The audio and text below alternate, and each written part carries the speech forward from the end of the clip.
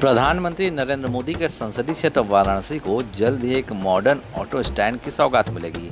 इस auto stand में नागरिक सुविधाओं से जुड़ी सभी सुविधाओं का ख्याल रखा जाएगा। इसके साथ ही इस स्टैंड में ई रिक्शा के लिए भी अलग व्यवस्था होगी। वाराणसी नगर निगम स्मार्ट सिटी के मदद से इसका निर्माण कराएगी। शहर के बेनिया बाग में इसके लिए नगर निगम ने स्थान भी चिन्हित कर लिया है। जल्द ही इस पर काम भी शुरू हो जाएगा। इस मॉडर्न ऑटो स्टैंड के निर्माण के बाद बेनिया बाग और नई सड़क इलाके की सड़कों से जब ऑटो और ई रिक्शा हटेंगे तो काफ़ी हद तक जाम के झाम से भी लोगों को मुक्ति मिलेगी।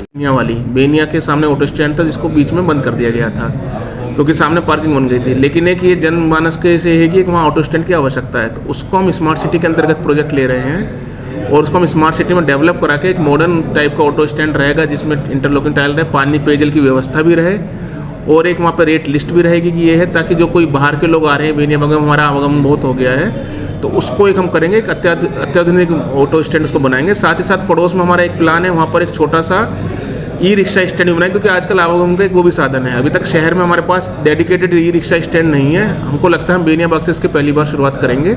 इसके लिए जो जिसके अधीन ये मंडलायुक्त की अध्यक्षता में जो कमेटी के अधीन ये एरिया आता है उनके पास हमने रिक्वेस्ट भेज दी है।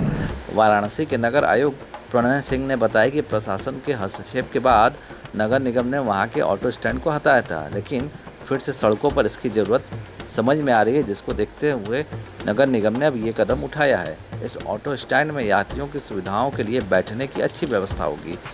साथ ही साथ पेयजल शौचालय की व्यवस्था भी इस ऑटो स्टैंड में की जाएगी। इन सब के अलावा पर्यटकों की आवाजाही यहाँ अधिक होती है, लिहाजा नगर निगम की ओर से निर्धारित किराए का रेट बोर्ड भी यहाँ अंकित किया जाएगा, जिससे किसी भी पर्यटकों से किसी तरह की ठगी न हो पाए।